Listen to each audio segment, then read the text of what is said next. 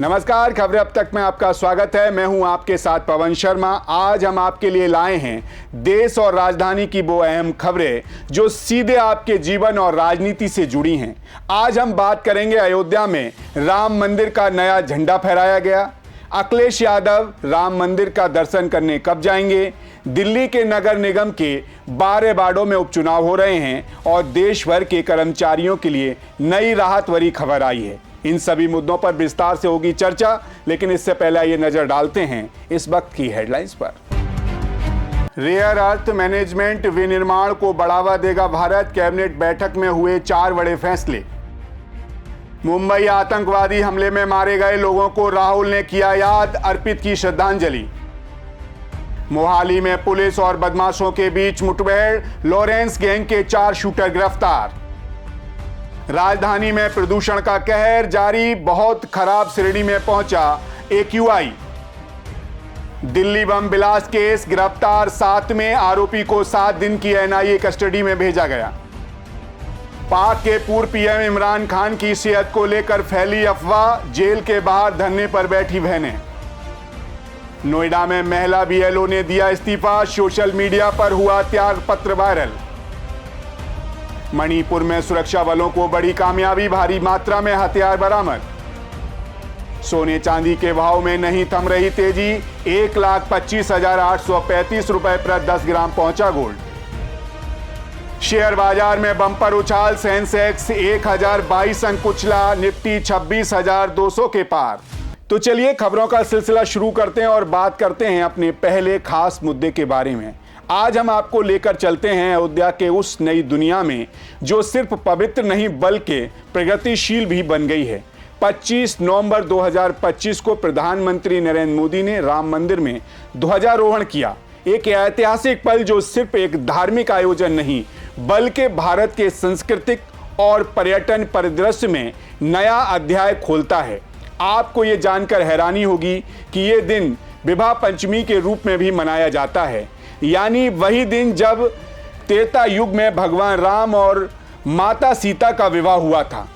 और याद कीजिए, इससे पहले प्रधानमंत्री मोदी ने 5 अगस्त 2020 को मंदिर का भूमि पूजन किया था और 22 जनवरी 2024 को प्राण प्रतिष्ठा संपन्न हुई थी। ऐसे में अब अयोध्या अब सिर्फ प्राचीन तीर्थ स्थल नहीं रही बल्कि मुख्यमंत्री योगी आदित्यनाथ के विजन 2031 के तहत ये शहर एक वैश्विक आध्यात्मिक और पर्यटन केंद्र बन रहा है, जहां विरासत और विकास दोनों साथ साथ चलते हैं। आइए जानते हैं कैसे ये शहर अब हर पहलू में बदल रहा है और हर आने वाले यात्री को एक अनोखा अनुभव दे रहा है। 25 नवंबर 2025 का दिन अयोध्या के लिए बहुत खास रहा। प्रधानमंत्री नरेंद्र मोदी ने राम मंदिर में नए झंडे का ध्वजारोहण किया। ये राम मंदिर का निर्माण पहले ही भारत के इतिहास में एक नया अध्याय बन चुका है। 5 अगस्त 2020 को भूमि पूजन हुआ था और 22 जनवरी 2024 को प्राण प्रतिष्ठा संपन्न हुई। अब नए झंडे की ऊंचाई 191 फुट है, जिसमें 161 फुट मंदिर के मुख्य शिखर की ऊंचाई शामिल है। इसका वजन 2 से 3 किलोग्राम है और इसे 7 कारीगरों ने 25 दिन मेहनत करके हाथों से सिलकर तैयार किया है। ये झंडा खास रेशम से बना है जो तेज धूप बारिश को आसानी से झेल सकता है। आपको बताते चलें, अयोध्या आने का सफर अब पहले से बहुत आसान हो गया है। महर्षि वाल्मीकि अंतर्राष्ट्रीय हवाई अड्डा बड़े विमानों के संचालन के लिए तैयार है। अयोध्या धाम रेलवे स्टेशन का कायाकल्प कर दिया गया है। इसे 6 प्लेटफॉर्म और 50,000 यात्रियों की क्षमता वाला बनाया गया है। शहर की सड़कें भी चौड़ी हैं और आकर्षक बनाई गई हैं, जैसे रामपथ, भक्ति पथ और धर्मपथ, जिन पर रामायण के चित्र और विंटेज लाइट्स लगाई गई हैं। अयोध्या स्मार्ट सिटी योजना के तहत अब डिजिटल और तकनीकी के हिसाब से भी तैयार है। 22 प्रमुख चौराहे पर इंटेलिजेंट ट्रैफिक सिस्टम, हनुमानगढ़ी और रेलवे स्टेशन जैसी जगह पर वाईफाई और वर्चुअल रामायण दर्शन शुरू हो चुका है। इतना ही नहीं, सरयू नदी को स्वच्छ रखने के लिए सीवर ट्रीटमेंट प्लांट भी लगाया गया है। शहर की 181 गलियों में पानी निकासी और सड़क बनाने का कार्य पूरा हो चुका है। पुराने शमशान घाटों के साथ साथ बिजली से चलने वाले ग्रीन क्रिमिनेशन चैम्बर भी बनाए गए हैं। गुप्तार घाट, राम की पौड़ी और नया घाट को नए रूप में विकसित किया गया है। दशरथ महल और सूर्य कुंड समेत 75 स्थलों पर रात में खूबसूरत लाइटिंग की गई है। पूरे शहर में बड़े पैमाने पर पेड़ पौधे लगाए गए हैं। श्री राम हेरिटेज वॉक के तहत 81 दीवारों पर 162 बड़े चित्र बनाए गए हैं, जिनमें रामायण की कहानियां दिखाई जाती हैं। धर्मपथ पर भव्य प्रवेश द्वार और ऐतिहासिक स्थलों पर सर्वधन भी बनाया गया है। पंचकोसी और 14 कोसी परिक्रमा मार्गों पर आराम घर, शौचालय और खाने पीने की दुकानें भी बनाई गई हैं। 84 कोसी परिक्रमा मार्ग को नेशनल हाईवे बनाया गया है। दशरथ समाधि स्थल और भरत कुंड समेत 8 प्रमुख कुंडों का सर्वधन भी किया गया है, या यूं कहें उनका भी विकास किया गया है। जाहिर है, राम मंदिर के बाद अयोध्या विदेशी पर्यटकों के लिए भी आकर्षक का केंद्र बन गया है। America, Canada, Britain, Germany, Australia, Singapore और थाईलैंड से लोग योग, ध्यान, आयुर्वेद और रामायण अनुभव के लिए आते हैं। इतना ही नहीं, अब भक्त घर बैठे भी लाइव आरती देख सकते हैं। कतारों में खड़े होने पर मोबाइल पर रियल टाइम अपडेट मिलता है। राम मंदिर के बाद अयोध्या सिर्फ एक शहर नहीं रही, ये अब धार्मिक, सांस्कृतिक और आर्थिक केंद्र बन चुका है। तीर्थ यात्रा केवल भक्ति तक सीमित नहीं रही, बल्कि ये आधुनिक सुविधाओं, पर्यटन और जीवन शैली का अनुभव बन गई है। 2024 में 13.77 करोड़ लोग अयोध्या आए और 2025 के पहले 6 महीने में 23 करोड़ से ज़्यादा। छोटे व्यापारियों की कमाई बढ़ी, होटल और रिटेल सेक्टर में तेजी आई। ये बदलाव उत्तर प्रदेश की अर्थव्यवस्था में भी योगदान दे रहा है। राम मंदिर ने अयोध्या को एक ऐसा शहर बना दिया है जहां भक्ति, विरासत, आधुनिकता और वैश्विक पर्यटन का अनोखा संगम देखने को मिलता है। खैर, इसी के साथ खबरें अब तक में बढ़ेंगे अगले मुद्दे की तरफ। अयोध्या में भव्य राम मंदिर का नया धर्म ध्वज फहराया जा चुका है। 25 नवंबर 2025 का दिन न केवल मंदिर के लिए खास रहा, बल्कि पूरे देश की नजरें अयोध्या पर टिकी थीं। इस मौके पर एक सवाल हर किसी के मन में था कि समाजवादी पार्टी के राष्ट्रीय अध्यक्ष और पूर्व मुख्यमंत्री अखिलेश यादव राम मंदिर का दर्शन कब करेंगे। सोशल मीडिया पर उनका हालिया पोस्ट, जिसमें उन्होंने लिखा है कि इटावा में महादेव मंदिर के पूरे होने के बाद अन्य मंदिरों के दर्शन का संकल्प पूरा करेंगे, वो चर्चा का केंद्र बन गया। लेकिन क्या इसका इशारा अयोध्या के भव्य राम मंदिर की ओर है? आज हम आपको बताएंगे कि क्यों ये पोस्ट केवल धर्म या आस्था का मामला नहीं, बल्कि उत्तर प्रदेश की राजनीति और आगामी विधानसभा चुनाव की रणनीति का भी अहम हिस्सा है। हम देखेंगे कि अखिलेश यादव ने पिछले वर्षों में हिंदू वोट बैंक को साधने के लिए क्या कदम उठाए, बिहार की हार से क्या सबक लिया और अब वे 2027 के चुनाव की तैयारी में किस तरह सॉफ्ट हिंदुत्व की राह पर आगे बढ़ रहे हैं। आपको बता दें, सोशल मीडिया प्लेटफॉर्म एक्स पर अखिलेश यादव ने 25 नवंबर को एक पोस्ट साझा किया, जिसमें उन्होंने लिखा, पूर्णता ही पूर्णता की ओर ले जाता है। ईश्वरी प्रेरणा से इटावा में निर्माणाधीन केदारेश्वर महादेव मंदिर के पूरा होने के बाद अन्य मंदिरों के दर्शन का संकल्प भी पूरा करेंगे। इस पोस्ट के साथ उन्होंने इटावा में बन रहे महादेव मंदिर की तस्वीरें भी शेयर की। हालांकि उन्होंने सीधे तौर पर राम मंदिर का जिक्र नहीं किया, लेकिन राजनीतिक विश्लेषक मान रहे हैं कि उनका ये संदेश इशारा है कि भविष्य में वे राम मंदिर के दर्शन के लिए जा सकते हैं। खास बात यह है कि ये पोस्ट उसी दिन आई जब अयोध्या में राम मंदिर का नया धर्म ध्वज फहराया गया। ऐसे में देखा जा रहा है कि अखिलेश यादव ने इस पोस्ट के जरिए खुद को हिंदू विरोधी के ठप्पे से बचाने और सपा समर्थकों के बीच हिंदुत्व के प्रति अपनी निष्ठा दिखाने की कोशिश की। जाहिर है, अखिलेश यादव ने पहले भी ये साफ किया था कि मंदिर का निर्माण पूरा होने पर ही वे दर्शन करेंगे। फरवरी 2024 में प्राण प्रतिष्ठा के समय भी वे आमंत्रित होने के बावजूद नहीं गए थे और कहा था, राम हमारे रोम रोम में हैं, मंदिर बन जाने पर जाएंगे। जिसके बाद भारतीय जनता पार्टी ने इसे राम नाम से बैर बताकर निशाना साधा, जबकि उनके समर्थक इसे सच्ची आस्था मानते हैं। वहीं इस कदम को उत्तर प्रदेश की आगामी राजनीतिक रणनीति से भी जोड़ा जा रहा है। राजनीतिक विश्लेषक मानते हैं कि बिहार विधानसभा चुनाव में आरजेडी की हार ने अखिलेश यादव को बड़ा सबक दिखाया है। तेजस्वी यादव की मुस्लिम परस्त छवि और विवादित बयान आरजेडी के लिए नुकसानदायक साबित हुए। इसी वजह से सपा प्रमुख अब हिंदू वोट बैंक के प्रति सतर्क नजर आ रहे हैं। अखिलेश यादव ने 2024 के लोकसभा चुनाव में अपने सीमित यादव उम्मीदवारों के अलावा सवर्ण और पिछड़ों को टिकट देकर अच्छा प्रदर्शन किया। अब वे 2027 के उत्तर प्रदेश विधानसभा चुनाव की तैयारी में हिंदू और यादव वोट दोनों को साधने की रणनीति पर काम कर रहे हैं। अखिलेश यादव ने हमेशा सॉफ्ट हिंदुत्व की छवि बनाए रखने की कोशिश की है, जैसे 2025 महाकुंभ में संगम स्नान और 11 डुबकियां लेकर फोटो शेयर करना, इटावा में महादेव मंदिर का निर्माण कराना, लखनऊ में अपने आवास पर शिवलिंग स्थापित कर पूजा के फोटो शेयर करना, राम नाम जाप और राम कथा कार्यक्रमों में हिस्सा लेना।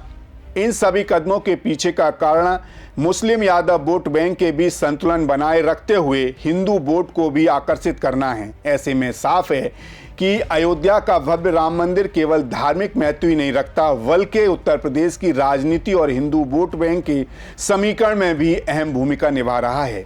अखिलेश यादव ने अपने ट्वीट के जरिए साफ कहा है कि दर्शन का समय अभी नहीं, लेकिन उनका संकल्प और राजनीति दोनों अब हिंदू वोट बैंक की ओर झुकी हुई नजर आती हैं। यानी आने वाले समय में राम मंदिर दर्शन केवल श्रद्धा का विषय नहीं, बल्कि राजनीति का भी बड़ा संकेत बन गया है, जिसका फायदा 2027 के विधानसभा चुनाव में देखने को मिल सकता है। खैर, इसी के साथ खबरें अब तक में बढ़ते हैं अगले मुद्दे की ओर। दिल्ली की राजनीति में आज एक बहुत ही अहम दिन है। 27 साल बाद सत्ता में आई भारतीय जनता पार्टी की सरकार के लिए पहला बड़ा टेस्ट है। ऐसे में सवाल ये उठता है कि क्या मुख्यमंत्री रेखा गुप्ता की पार्टी दिल्ली के 12 नगर निगम वार्डों में अपनी साख बचा पाएगी? इन 12 सीटों में बीजेपी, आम आदमी पार्टी और कांग्रेस आमने सामने हैं, और खास बात यह है कि कई सीटें ऐसी हैं जहां पहले भारतीय जनता पार्टी के पार्षद थे जो अब विधायक या सांसद बन चुके हैं। तो क्या पार्टी की खाली सीटें फिर से जीत पाएंगे? और सवाल यह भी है कि आम आदमी पार्टी अपनी पुरानी सीटों को बचा पाएगी या नई जीत हासिल करेगी? कांग्रेस इस मुकाबले में कितनी मजबूत दिखती है, आइए सब विस्तार से जानते हैं। दिल्ली नगर निगम के इन 12 वार्डों की पूरी तस्वीर और इस उपचुनाव का राजनीतिक महत्व। दिल्ली में 27 साल बाद सत्ता में आई भारतीय जनता पार्टी की सरकार को अब अपनी बड़ी परीक्षा का सामना करना पड़ रहा है। राजधानी के 12 नगर निगम वार्डों में उपचुनाव हो रहे हैं। इन चुनावों में बीजेपी, आम आदमी पार्टी और कांग्रेस आमने सामने हैं। भारतीय जनता पार्टी के लिए ये उपचुनाव खास अहमियत रखता है। कई सीटें ऐसी हैं जहां पार्टी के पुराने प्रतिनिधि अब विधायक या सांसद बन चुके हैं। इसमें शालीमार, बाग वी और द्वारिका बी पर सबसे ज़्यादा नजरें टिकी हैं। शालीमार वाग वी से मुख्यमंत्री रेखा गुप्ता पहले पार्षद रहीं, जबकि द्वारिका बी से सांसद कमलजीत सरावत हैं। आज इस चुनाव में हर वोट मायने रखता है, हर वार्ड की स्थिति अलग है, हर उम्मीदवार की चुनौती अलग है, और यही वजह है कि भारतीय जनता पार्टी ने अपने 6 मंत्रियों को वार्ड प्रभारी बनाकर पूरी ताकत झोंक दी है। आपको बता दें, दिल्ली में हो रहे 12 वार्डों के उपचुनाव में भारतीय जनता पार्टी, आम आदमी पार्टी और कांग्रेस का त्रिकोणीय मुकाबला है। वहीं इस बार किन किन वार्डों में उपचुनाव हो रहे हैं उस पर भी एक नज़र डाल लेते हैं। Dakshinpuri, Sangam Vihar A, Greater Kailash, Vinod Nagar, Shalimar Bagh V, Ashok Vihar, Chandni Chowk, Chandni Mahal, Dwarka V, Mundka Narayana, Dichaon Kalan. इन 12 सीटों में से 9 सीटें पहले भारतीय जनता पार्टी के पास थीं और 3 आम आदमी पार्टी के पास। शालीमार्ग, बार्ग बी और द्वारिका वी खास नज़रों में हैं, क्योंकि यहाँ से रेखा गुप्ता पार्षद थीं और अब मुख्यमंत्री बन चुकी हैं। वहीं द्वारिका बी सांसद कमलजीत का वार्ड है, वहीं बाकी सीटें खाली हुई क्योंकि पार्षद अब विधायक या सांसद बन गए हैं। वहीं भारतीय जनता पार्टी के उम्मीदवारों की बात करें तो इस बार मुड़का से जयपाल सिंह दराल, शालीमार्ग बी से अनीता जैन, अशोक विहार से बीना असीजा, द्वारिका बी से मनीष राजपाल सरावत, चांदनी चौक से सुमन कुमार गुप्ता, दिचाऊ कला से रेखा रानी, नारायण से डॉक्टर चंद्रकांता शिवानी, संगम विहार ए से शुभ्रजीत गौतम, दक्षिणपुरी से कांग्रेस रोहिणी राज ग्रेटर कैलाश से, अंजुम मंडल विनोद नगर से, सरला चौधरी चांदनी महल से, सुनील शर्मा। आपको बता दें, चांदनी चौक और चांदनी महल जैसे पुराने दिल्ली के वार्ड भारतीय जनता पार्टी के लिए चुनौतीपूर्ण हैं। खासकर चांदनी महल, जिसे पिछले चुनाव में आपने 17,000 वोटों के अंतर से जीता था। यही कारण है कि मुख्यमंत्री रेखा गुप्ता ने अपने सभी 6 मंत्रियों को चुनावी प्रभारी बनाया है। हर मंत्री को 2-2 वार्ड की जिम्मेदारी दी गई है। मंत्रियों और संयोजकों को घर घर जाकर मतदाताओं से संपर्क करने और प्रभारी चुनाव प्रचार रणनीति तैयार करने का काम सौंपा गया है। भारतीय जनता पार्टी की रणनीति है कि स्थानीय मुद्दों पर ध्यान देकर मतदाताओं से सीधे जुड़ना, पुराने पारंपरिक वोट बैंक को मजबूत करना और नए मतदाताओं तक पहुंच जाना। उपचुनाव में जीत के जरिए नई सरकार की पहली बड़ी साख बनाए रखना। ऐसे में अब सवाल है कि क्या दिल्ली में 27 साल बाद सत्ता में आई भारतीय जनता पार्टी अपनी पकड़ बना पाएगी या आम आदमी पार्टी और कांग्रेस यहां सेंध लगाने में कामयाब होगी। आम आदमी पार्टी अपनी पकड़ दिखाना चाहती है और कांग्रेस भी हर हाल में अपनी स्थिति मजबूत करने की कोशिश में है। वहीं दिल्ली की जनता अब निर्णायक भूमिका निभाएगी और ये उपचुनाव बताएगा कि 27 साल बाद सत्ता में आई भारतीय जनता पार्टी अपनी पहली बड़ी परीक्षा में कितनी सफल है। अगले कुछ दिनों में परिणाम आने के बाद साफ होगा कि दिल्ली की राजनीति किस दिशा में जा रही है। हमारी नजरें अब इन 12 वार्डों पर टिकी रहेंगी। बने रहिए, क्योंकि ये मुकाबला सिर्फ चुनाव का नहीं, दिल्ली में सत्ता की पहली बड़ी परीक्षा का है। खैर, जाते जाते आपको आज के अहम मुद्दे से रूबरू कराते हैं।